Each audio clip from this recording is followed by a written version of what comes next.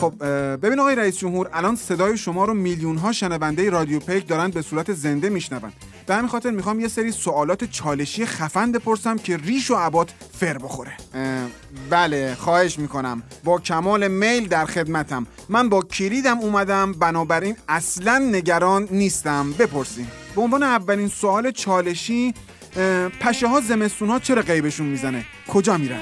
سوال خیلی خوب و مهمی بود. ما در این زمینه اقداماتی رو انجام دادیم و براش بودجه هم در نظر گرفتیم و حتما در آینده هم اقداماتی رو انجام خواهیم داد. به به چه عالی. اما سوال خیلی چالشی بعدی، شما وقتی سفر استانی میرید قبلش ماشین ضد گلوله‌تون رو تنظیم باد میبرین یا نه؟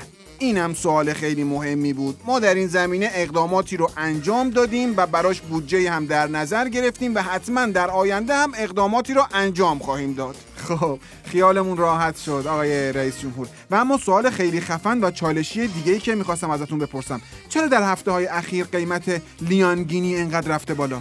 اینی که الان گفتی یعنی چی؟ لانگ نینی چی؟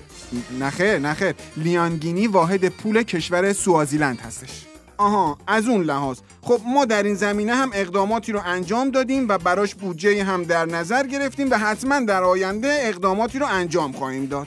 چه جالب. ایول به شما و کلیدتون. خب مصاحبه تموم شد، خسته نباشید. بله خستگی هم خیلی مهمه. بالاخره ما در این زمینه هم اقداماتی رو انجام دادیم و براش بودجه هم در نظر گرفتیم و حتما در آینده هم اقداماتی انجام خواهیم داد.